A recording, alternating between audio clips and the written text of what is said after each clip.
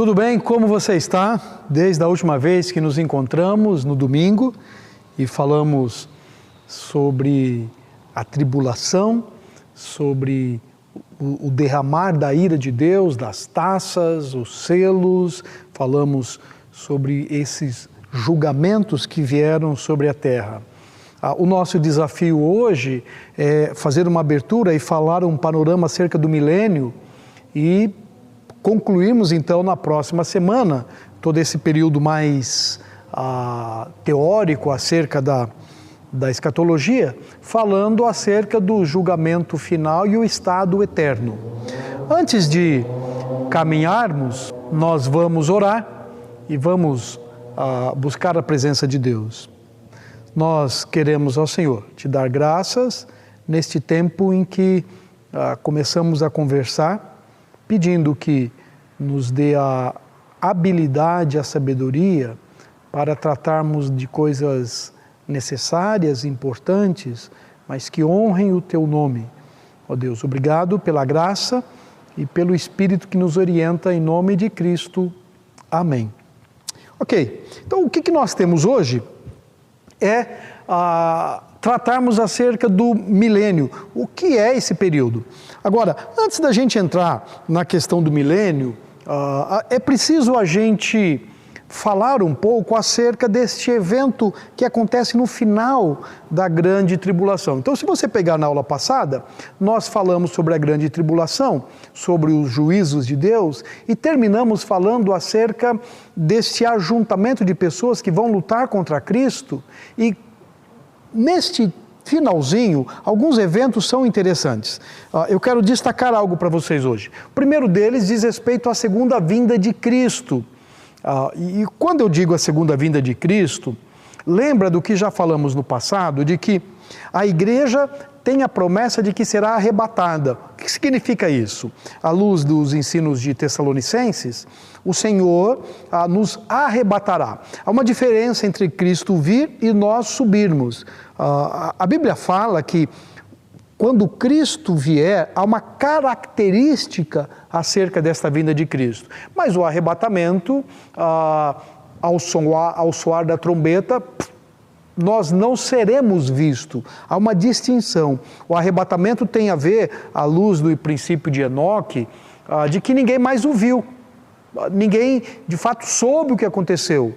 Claro, a revelação de Deus nos mostra que Enoque andou com Deus e Deus para si o tomou. Mas o arrebatamento da igreja, se é observado o mesmo parâmetro, assim como o de Cristo, por exemplo, nós seremos, num abrir e fechar dos olhos, levados ao céu. Simplesmente desaparecemos. O que vai acontecer no mundo, então, desencadeia a tribulação. A volta de Cristo, diz a Bíblia, que será visível. Olha, algumas informações eu quero que você entenda. Por exemplo, a volta de Cristo, dentro da maneira como estamos olhando, tem que ser pré-milenar. Por quê? Nós adotamos uma linha de pensamento, adotamos uma linha hermenêutica até aqui, e se formos honestos e fiéis com ela, chegaremos a este ponto em que a volta de Cristo é pré-milenar. Ela acontece antecedendo o milênio, num pequeno intervalo entre o período da tribulação e o período do milênio. E aí ela tem as suas características. Por exemplo, esta vinda é literal. O que significa? Ele vem para cumprir as promessas feitas na própria palavra de Deus a respeito da sua volta. Não é? Por exemplo, Atos capítulo 1, esse Cristo que vocês viram subir voltará. Então, a vinda de Jesus para cumprir as promessas, ela precisa ser não só literal, como corporal, porque assim as promessas bíblicas têm uma resposta. O arrebatamento da igreja não responde, ou ela não corresponde, melhor dizendo, a este aspecto da vinda de Cristo. Mais uma questão, a vinda de Cristo é inevitável, não é? Por quê? Porque há diversas profecias que tratam a esse respeito. não é apenas figurativa, não é apenas simbólica, não é apenas ilustrativa. Olha, Cristo veio, não. Ele virá corporalmente. Então, um grande grupo de pessoas, de profecias que não foram cumpridas, elas respondem, elas dão conta deste momento, né? Então, é bom a gente guardar isso. Essas profecias mostram que esse acontecimento é um fato e ele virá.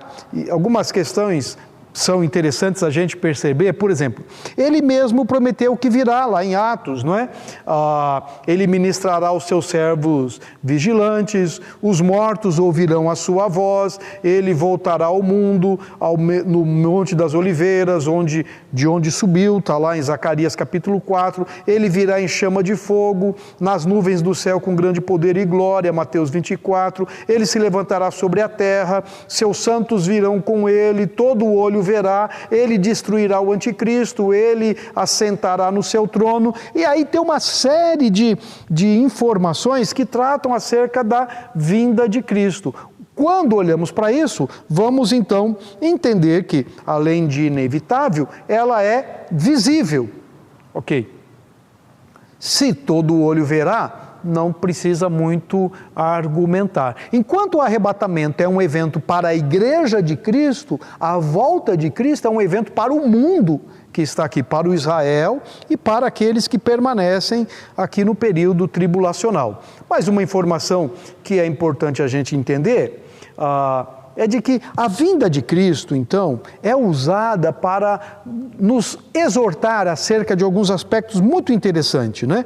Por exemplo, ela é usada para nos exortar a vigilância, ela é usada para nos exortar quanto à sobriedade, ao arrependimento, à fidelidade. E aqui eu coloquei algumas informações a mais que você pode olhar. Olha que interessante. A não nos envergonharmos de Cristo, a moderação, paciência, a mortificação da carne, sinceridade, santificação, a fé ministerial, a obediência. Então, a vinda de Cristo é esse elemento usado nas Escrituras para uma exortação. Sabemos que Ele virá.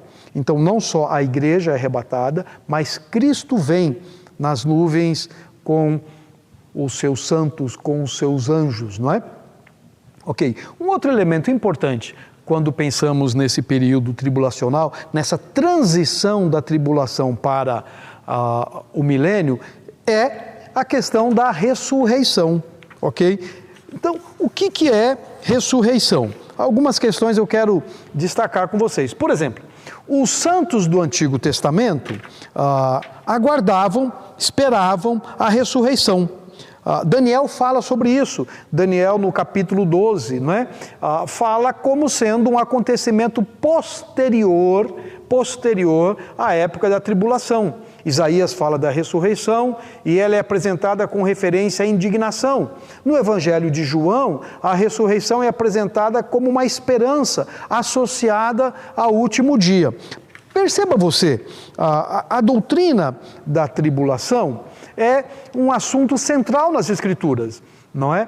O tema da ressurreição faz parte dessa consciência apostólica, messiânica, que eles estão pregando, a ponto de Paulo dizer que se não houvesse ressurreição, a fé não faz sentido. Então, qualquer esperança, qualquer pregação em que a ressurreição é descartada, não se encaixa, não está ali de acordo com o Evangelho. Ok, então, quando vamos pensar nisso, a gente precisa entender assim, que sempre quando o Novo Testamento está falando de ressurreição, perceba essa parte que eu coloco em negrito, o termo é sempre usado em referência a uma ressurreição literal, não é? Jamais no sentido espiritual, não literal, e relaciona-se ao soerguimento, à união, corpo físico com o espiritual.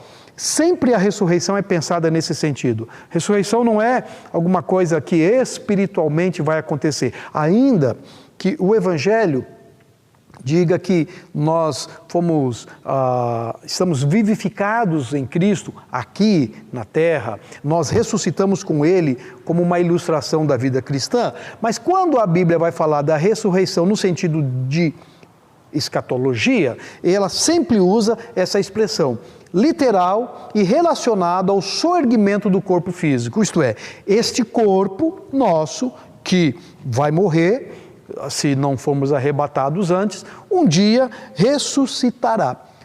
Que tipos de ressurreição a Bíblia fala? Basicamente, a Bíblia vai falar de duas ressurreições. A primeira ressurreição, chamada a ressurreição para a vida. Dentro desse plano de ressurreição, esta ressurreição para a vida é aquela ressurreição em que o fiel, o cristão, o temente a Deus, o que confia no Senhor, vai ressuscitar para encontrar-se com o Senhor. Esta ressurreição, chamada ressurreição da vida, dentro do estudo escatológico, ela é chamada de ressurreição para a vida, mas ela é dividida em algumas partes. Por exemplo, no arrebatamento há uma promessa de ressurreição. Os mortos em Cristo ressuscitarão primeiro, depois nós, os que estivermos vivos, ressuscitaremos com Ele, né? Ela também acontece no final da tribulação, quando os santos da tribulação, lembra, falamos da pregação na tribulação do Israel que se converte, de gentios que vão se converter por conta do ministério ali de pregação que está acontecendo pelos anjos, pelas testemunhas, pelos 144 mil, esses que se convertem e serão martirizados no período tribulacional, vão ressuscitar com Cristo e entrar no milênio para reinar com Ele. Então isso é chamado de ressurreição para a vida. Então ela acontece no arrebatamento e nesse período tribulacional, nesse intervalo. Há uma segunda ressurreição que a Bíblia fala, que é a ressurreição para condenação, não é? O que é isso? A ressurreição do incrédulo, do ímpio, do injusto, daquele que não é temente a Deus, daquele que não confia, daquele que não crê. Veja bem, nos dois aspectos a ressurreição é física, literal, corporal. Então, se de uma maneira nós entraremos no céu, corporalmente falando, o inferno também é corporal. O inferno não é apenas um estado psicológico de tormento. O inferno também é um estado físico. Então, é interessante e importante a gente entender isso para até desconstruir algumas ideias daqueles que dizem que haverá uma ressurreição para a eternidade e os que não estiverem em Cristo simplesmente serão aniquilados. Ou daqueles que professam a ideia de que o inferno é um estado mental, um estado de alma, de tormento. Não. A Bíblia, quando fala de ressurreição, fala da ressurreição literal e corpórea e de que ela envolve esses dois grupos de pessoas, tanto aqueles que desfrutarão das bodas do Cordeiro, da eternidade nos céus, quanto aqueles que serão condenados para a eternidade. Então, visto que a primeira ressurreição foi completa antes do milênio, os mortos aqui, que Apocalipse 20 vai mostrar, que ressuscitarão, serão os que serão vivificados para a condenação. Então, assim, a segunda ressurreição pode ser melhor denominada como a ressurreição para a condenação, ok? Então, os que serão condenados ouvirão esta condenação corporalmente, não é? E não só espiritualmente neste sentido, ok? Muito bem. A volta de Cristo, ressurreição, e há um outro aspecto importante antes de entrarmos no milênio, que é aquilo que a Bíblia vai dizer do julgamento de Israel e o julgamento das nações, não é? E eu quero só dar uma pincelada para que você entenda. Na sua folhinha você tem aí, a Bíblia vai nos mostrar de que há 4 julgamentos que acontecem nesse período pré-milenar, né? Nesse período tribulacional. O julgamento da nação de Israel, o julgamento das nações no sentido geral, o julgamento dos anjos caídos e o grande trono branco. Uma visão rápida para você entender, por exemplo, o julgamento de Israel. Então nós temos a pergunta, qual o critério? Os aprovados e os reprovados. Então, quem será julgado? Os israelitas que sobreviverem à tribulação. Qual é o critério? Incredulidade. Negar a Cristo ou receber a Cristo.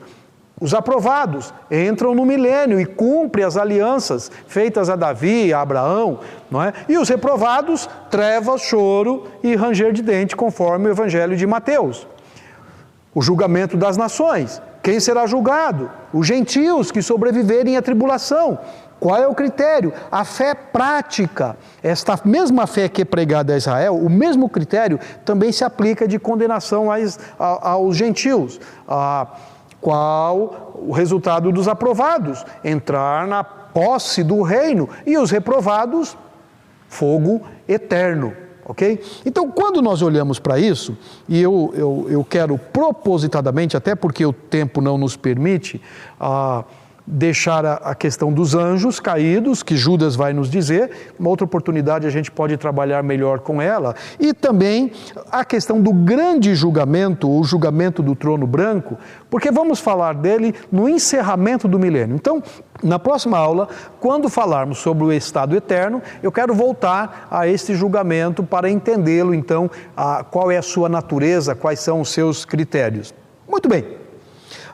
Dito isso, vamos entender um pouco sobre o milênio. Então, esse é um quadro que a gente tem observado, que a gente tem acompanhado ao longo dos nossos estudos. Então, isso tudo começa, se você prestar atenção lá atrás, quando falamos das 69 semanas, conforme profetizada por Daniel, e de que a 79ª semana, eu tenho um problema para falar essas palavras, 70ª, né? A semana de número 69, que se cumpre ali naquele evento da morte, cruz e ascensão de Cristo, e aí nós temos este vazio, aquilo que chamamos da presente era, a era da igreja. E nós temos vários sinais acontecendo aqui de que Deus não está parado. Alguém me perguntou se Israel é um relógio, não é? Para a questão escatológica. Israel faz parte do plano de Deus escatológico.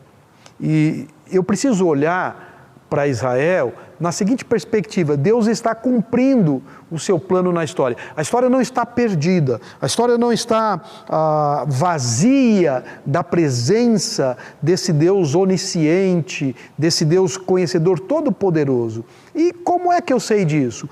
O fato até de Israel se organizar como nação. Por quê? Durante 1900 anos, este povo, o povo da promessa, das alianças com Davi e Abraão, não existia enquanto nação, existia enquanto indivíduos, enquanto espalhados pelo mundo. E, de repente, ele se organiza como nação, mostrando que o projeto de Deus não acabou. Quantas nações desapareceram? Nos últimos anos, por conta de guerras, por conta de fusão e divisão de países e estados, quantos povos sumiram? Quantas nações não existem mais? Pergunte para você mesmo, por que Israel permanece?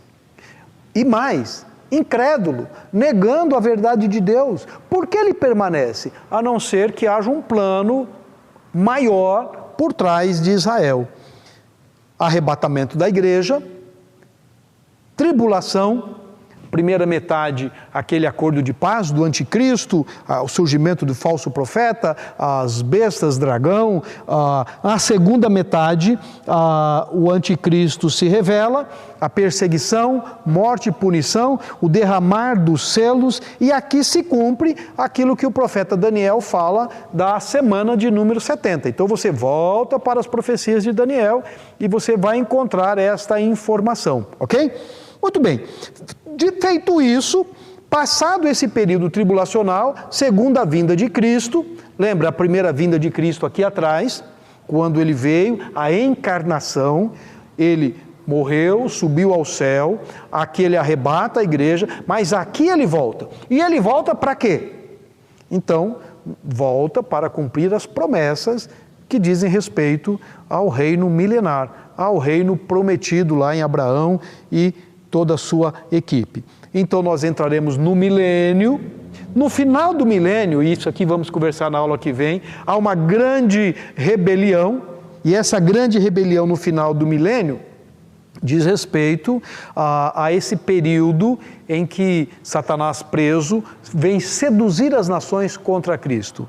E aí, julgamento, novos céus e nova terra, ok?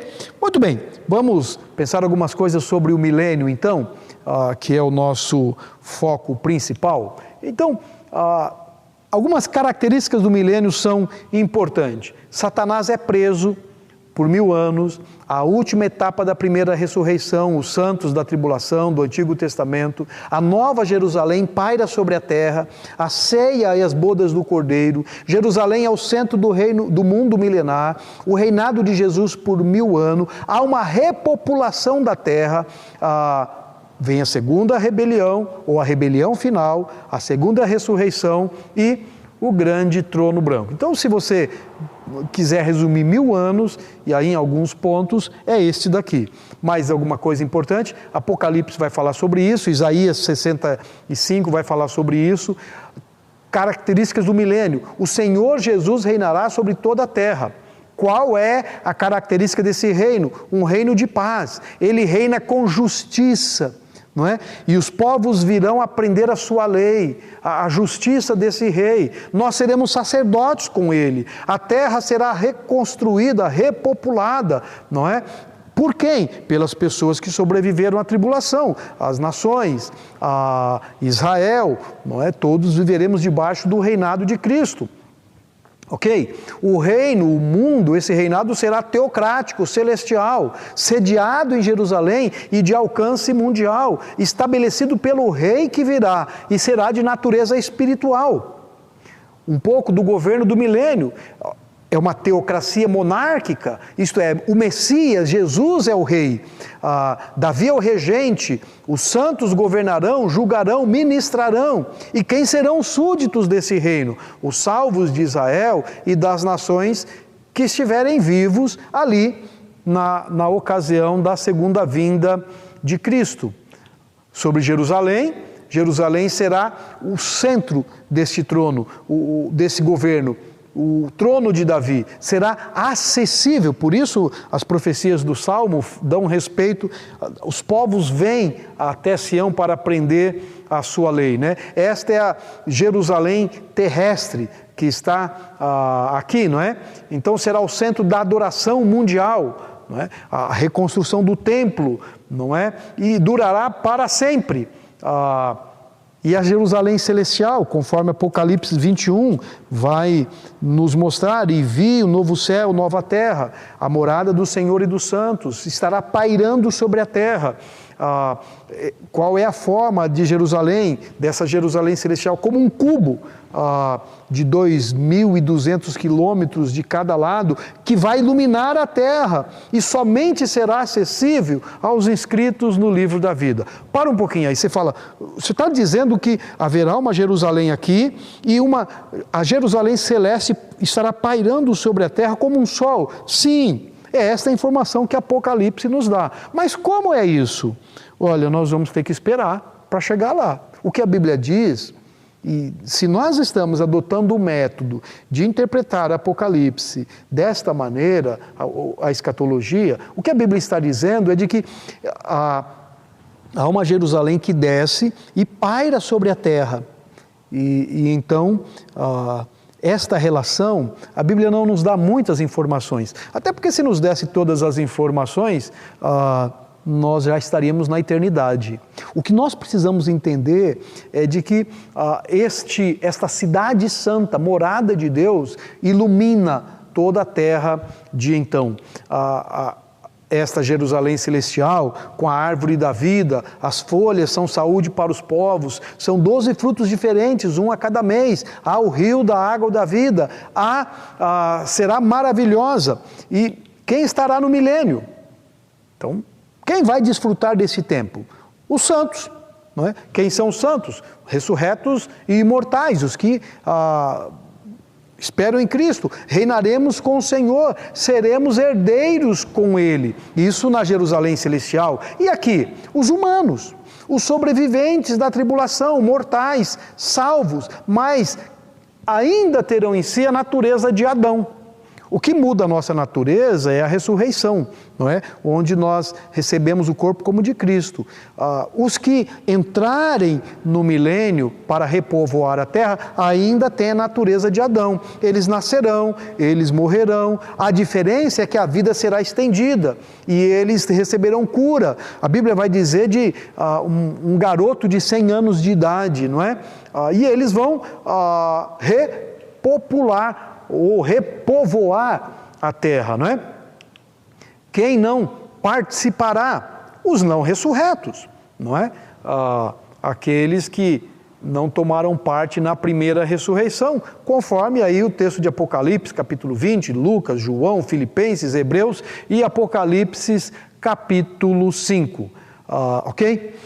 Feito isso, é uma visão bem geral do milênio, eu quero mostrar um pouco sobre quais são as características desse reino. E aí, você tem na sua folha, na página 3 e 4, um pouco dessas características, e a gente vai poder pensar um pouco sobre elas, ok? Então, o milênio, presença de Cristo, o reino, ressurreição, pessoas repovoam a terra, e a terra, conforme afligida pelas pragas, pela ira, as taças, o derramar da justiça de Deus, é reconstruída, restaurada, pessoas vivem ali e agora debaixo do reino de Cristo Jesus. Qual a característica deste reino? Então vamos lá, algumas questões. A Bíblia vai dizer que será um reino de paz, que haverá cessação das guerras. Por quê? Haverá uma unificação dos reinos do mundo. Serão todos submetidos ao domínio de Cristo, junto com a resultante prosperidade econômica, não é? Por quê? Porque as nações não terão necessidade de dedicar grandes proporções das suas riquezas em armamentos, em munições e outras coisas. Haverá paz mundial, haverá justiça. Por quê? Porque o reino de Cristo é um reino de justiça. Haverá alegria, uma plenitude de alegria, como talvez nunca houve na terra, não é? Haverá santidade. O reino teocrático será um reino santo, no qual a santidade se manifestará através do seu rei, dos seus súditos. A terra será santa, a cidade será santa, o templo será santo. Entenda a santidade como essa exclusividade do governo de Deus. Justiça, terra repovoada, presença de Deus.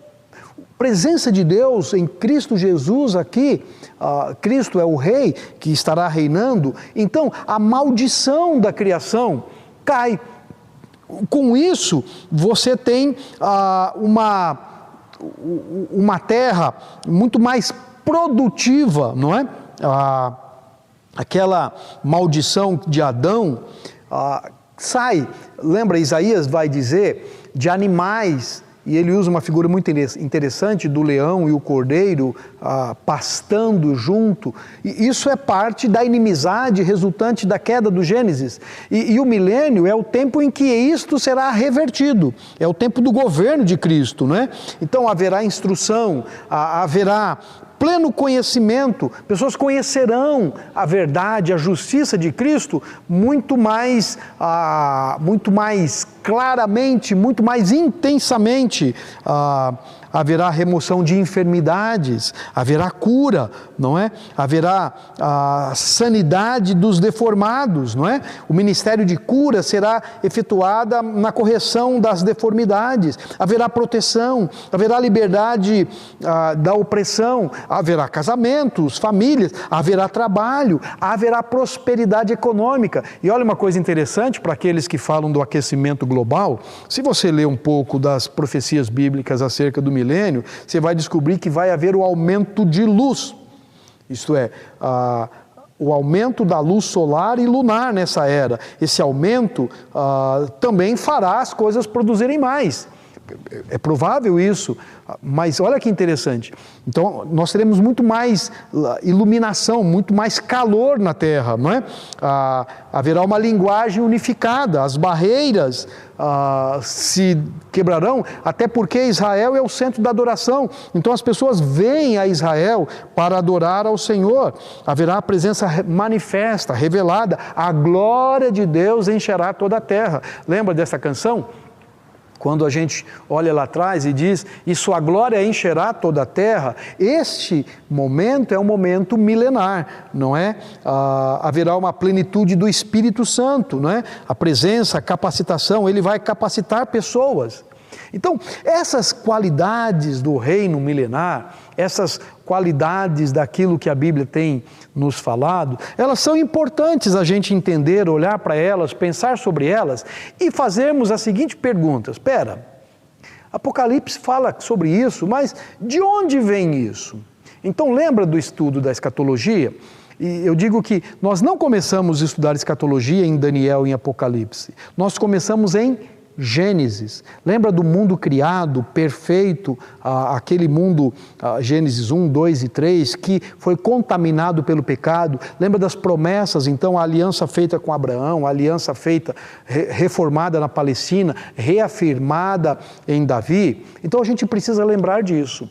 Olha só, a aliança feita com Abraão dizia o seguinte: eu abençoarei, sai da tua terra, farei o teu nome grande, farei de ti uma grande nação, abençoarei os que te abençoarem, e em ti, Abraão, todas as famílias da terra serão abençoadas. Quando é o tempo que esta bênção universal alcançará a sua plenitude? No milênio.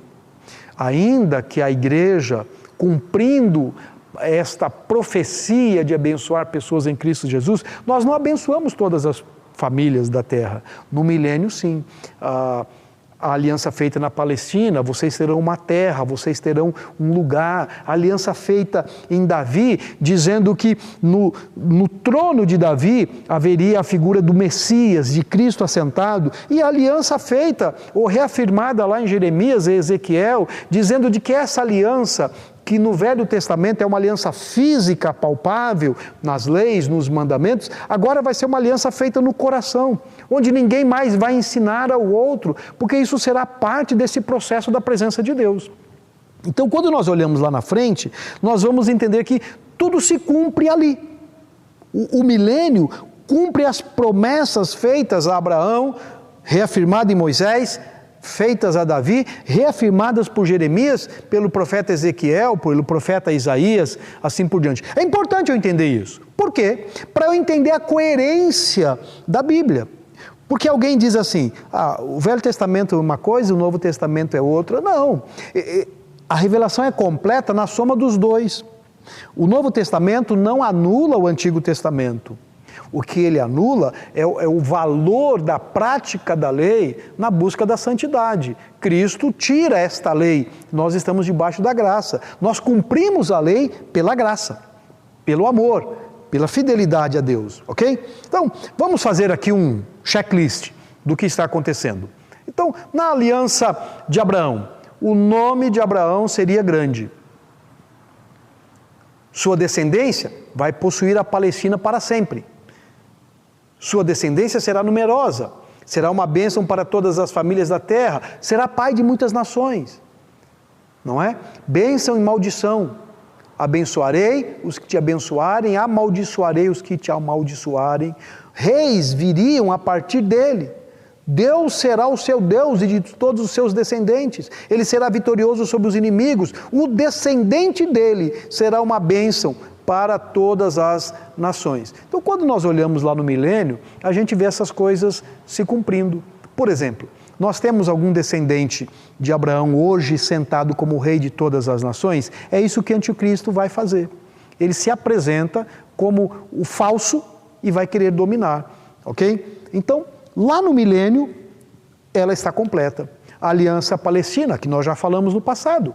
Israel será tirado da sua terra, Israel se arrependerá, o Messias retornará, Israel será reintegrado à sua terra, Israel se converterá como nação, os inimigos serão julgados e Israel receberá uma bênção completa. Isso está acontecendo? Não. Então, será que Deus falou para Moisés, Moisés, eu vou dar aqui umas leis para você, fazer uma aliança contigo, mas não dá bola não, que metade não vai dar certo? Não. Então, nós podemos entender, lá no milênio, ela se completa. Mais uma aliança que Deus faz com Davi. Um filho de Davi estabeleceria o seu reino. Ele construirá o templo em lugar de Davi. O trono do seu reino será estabelecido para sempre. O reino não lhe será tirado. A casa, trono e o reino de Davi serão firmados para sempre. Israel será preservado, Israel volta à sua terra, o filho de Davi volta à sua terra, um reino terreno, literal, será estabelecido e esse reino será eterno. Novamente a gente vai perguntar, cumpriu? Não cumpriu? Temos isso em nossos dias? Não temos isso em nossos dias? Vamos falar sobre a nova aliança. A nova aliança vai dizer que Israel será congregado, Israel será uma só nação, governada por um rei. Lembra, nós temos a divisão do reino, para lá, para cá, gente espalhada. Israel será purificado e perdoado. Israel habitará na sua terra. Deus estará presente com eles de forma visível. Israel será conhecido entre as nações como uma nação abençoada por Deus. A pergunta é, cumpriu? Não cumpriu. O milênio é a resposta para todas as profecias do Antigo Testamento. Só há um tempo na história onde tudo se encaixa perfeitamente. Quando? No reino milenar. Então, por isso é importante entendermos o milênio. Deixa eu recapitular com vocês. Arrebatamento, tribulação. 3 anos e meio de uma paz falsa, 3 anos e meio de uma derramar da ira, da justiça, da vingança de Deus, guerra, Armagedon, a vitória de Cristo, milênio, reino de paz, de prosperidade, reino de alegria, reino frutífero, onde as promessas do Antigo Testamento se cumprem. Em quem? Em Cristo Jesus. E aí você vai entender por que Cristo é o centro de todo o Evangelho, de toda a Bíblia. Porque todas as promessas do Velho Testamento apontam para Cristo. E quando eu olho no milênio, quem é o rei que se assenta lá? Cristo Jesus. Não há nenhum outro nome. Por isso o Apocalipse diz, não há outro nome dado pelo qual a gente pode adorar, ao qual, a gente pode adorar. É o único digno de abrir o livro, porque ele venceu. Ok? Então, esta é, de uma forma bem rápida, a visão ou o ensino bíblico acerca do milênio, aquilo que cremos quanto ao reino milenar. E aí, a gente precisa levantar uma bola para a próxima aula, não é? E a bola a ser levantada para a próxima aula é essa, a rebelião final. Será que, num reino, dadas as características do reino milenar, ainda assim, pessoas não escolherão seguir a Cristo, não o amarão, acharão problemas, não é? A Bíblia vai dizer que Satanás está preso durante o milênio, mas ele ainda terá um ministério de sedução. A palavra seduzir é uma palavra muito interessante, porque é a palavra usada, Eva foi seduzida, é a palavra que Paulo fala quando trata dessa situação, e é a palavra que termina a história. Satanás seduz as nações. Lembra da tentação do Éden? Deus não quer que vocês sejam mais, não é? Você tem muito mais potencial, mas Deus está limitando. E essa limitação de Deus vai causar problemas. Vamos falar isso na semana que vem. Os novos céus, ou novos céus e nova terra, aquilo que Apocalipse termina, o julgamento final, quem estará nesse julgamento, onde vai acontecer, qual é o destino, e vamos falar sobre a eternidade, ok? Rapidamente, até agora, acho que são 15 aulas que nós já fizemos, a gente faz um panorama bem amplo do estudo escatológico, ok? E Espero que Deus te abençoe. E lembre, a gente não estuda escatologia para especular coisas. A gente estuda escatologia à luz do texto de Tessalonicenses para motivar, para desafiar, para testemunhar, para estimular os outros de que o dia do Senhor virá como um ladrão de noite. Prepara-te. Vamos orar? Senhor, obrigado pelas promessas, e a gente olha para aquilo que cumpriu, para aquilo que está cumprindo, para aquilo que irá se cumprir, e percebe como o Senhor é perfeito em todos os seus planos. Jesus diz que nenhuma palavra passaria vazia, em vão, tudo seria cumprido.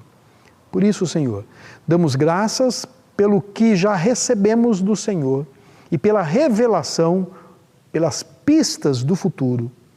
E ainda que não saibamos tudo, tudo o que sabemos é suficiente para crer, confiar e adorar ao Senhor. Em nome de Jesus, amém. Até o nosso próximo encontro na graça de Cristo Jesus. Amém.